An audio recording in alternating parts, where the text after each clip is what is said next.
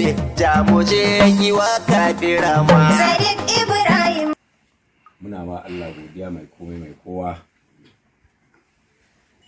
wanda numfashinmu yana hannunsa, rayuwarmu yana hannunsa, idan muka mutu can muna hannunsa. Wato yau Bafulatani ya kara man abin da ya man a Bauchi.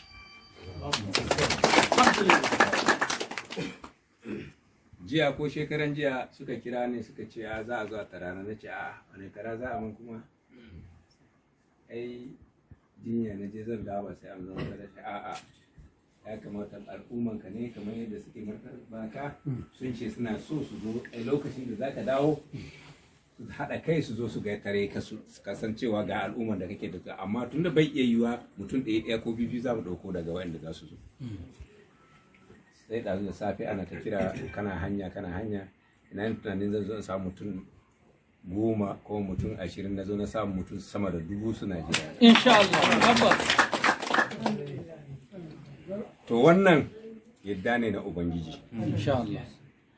Ni duk al'amari gaba ɗaya na tattara na dama na mika masa.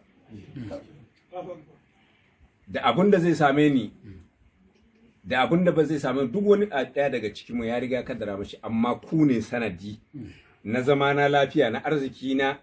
Menene arziki ne? Zama na lafiya a jihar na arziki ne. Zama na da mutanen da nake zama gaba ɗaya a jihar, kowane Bafulatani ana ce sadi ba wani bane, wallahi ku ne. Saboda haka ina karawa Allah godiya. A lokacin da na tafi jinya, na tafi akan zan je ma ba zan wuce sati guda ba, to amma bai Allah bai da ba, sai da nayi kwana 33 a kasar Jamus aka gane cewa ciwon da yake kafa na babban ciwo ne kuma ya kamata a mun aiki.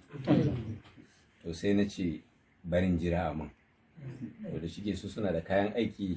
Yau kwana 7 kenan ko yau kwana 7 kenan da kayan aiki, amma shine wannan kafan da nake sai a so samu masu da sati 3 ina tafiya da sanda don in samu kafa, amma har gashi Allah har ya bani lafiya don addu'an. Saboda haka ina maku godiya da wannan karamshi da kuka mun. Ina tabbatar maku kafin in tafi nan har kaina ya fara tunani abubuwa da yawa. Shugabanninmu da ake tare da na tunanin cin wannan tafiya za mu iya tafiya tuwa, domin menene a lokacin abubuwan da suke karuwa akan Bafulatani, kuma Bafulatani ne yake sa su faru. Muka zama mu ne gwagwarmaya, rigima da 'yan sanda, rigima da gwamnati, rigima da soja, rigima da wane, rigima da basarake, rigima duk kowane ne Bafulatani. Sai naga a kowane rana akan kawo gawa an yanka Bafulatani kamar akuya. Na tafi nan ina faɗa tsakanin jami'an tsaro da 'yan banga da wani an kashe Bafulatani ya fi mutum 30. Ina da rekord ɗin. Na bar su gawakin ma a hannun soja.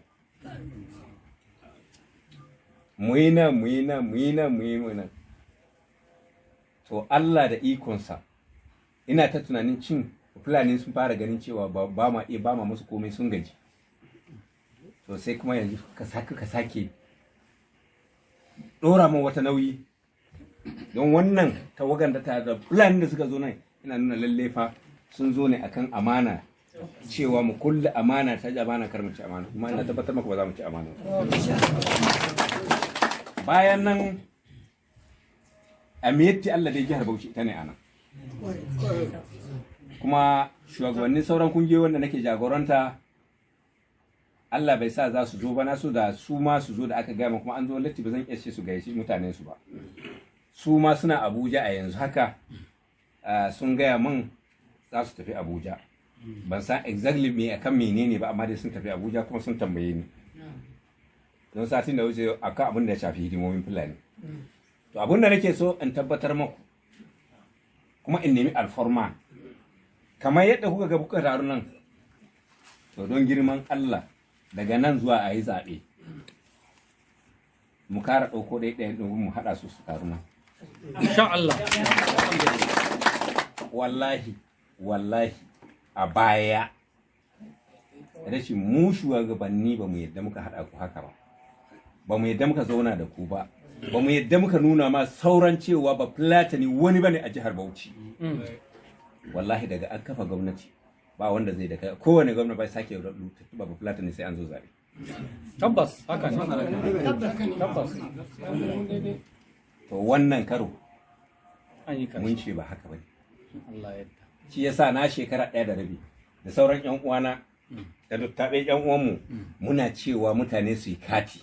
Kuma alhamdulillah mutane su yi kati. Tabbas. Ko ba ku yi kati ba? Insha Allah. To wannan kati AK-47 ne da ake nema a sayar a wani wuri mun muka je muka sayo a INEC. Muka kawo mun aji. Shikenan. Allah ya yarda muna jira lokaci. Shi yasa muka zauna da sauran al'umma muka yi tsari. Mun fara da Bauchi ta Kudu. Kowane bangare ma ina so ku yi haka. Wallahi babu wanda yake neman wani mukami. Yana son kuri'un idan bai zo muka zauna da shi ba. Idan mutum na son senata a Bauchi ta Kudu, to ai majalisa zai je. Mai Bauchi Central zai je majalisa, mai Bauchi ta Arewa zai je majalisa. Idan wannan ya ce muna so a mamaki yayi abu kaza, uku biyu dinan sun goyi bayan su, mun amfana ko ba mu amfana ba. An amfana ranka ne.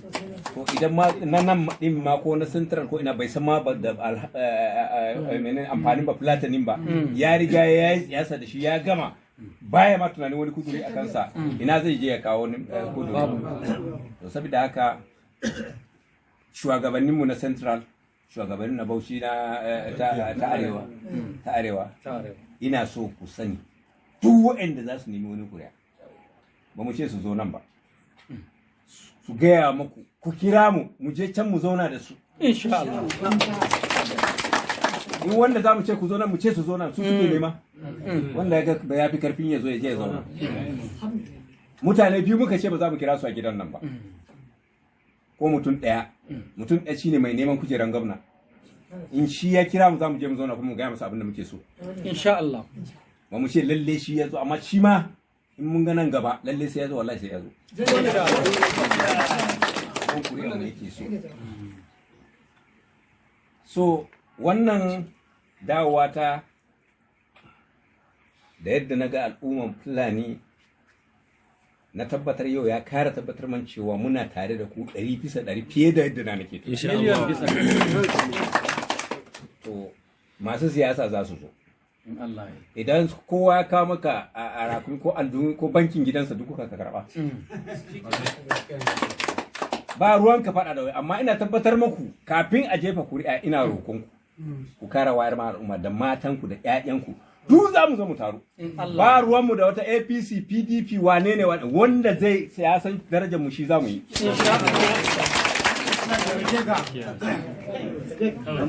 Ni ina son tabbatar muku tun da aka tafa siyasa ban taɓa fita daga PDP ba. Amma na rantse muku da Allah kowa ya kuka gani wanda ya cancanta kai in bayar da jam'iyya ma inda doka ta bayar a zaɓe shi to mu zo mu taru mu zaɓe shi. Shekara 4 masu zuwa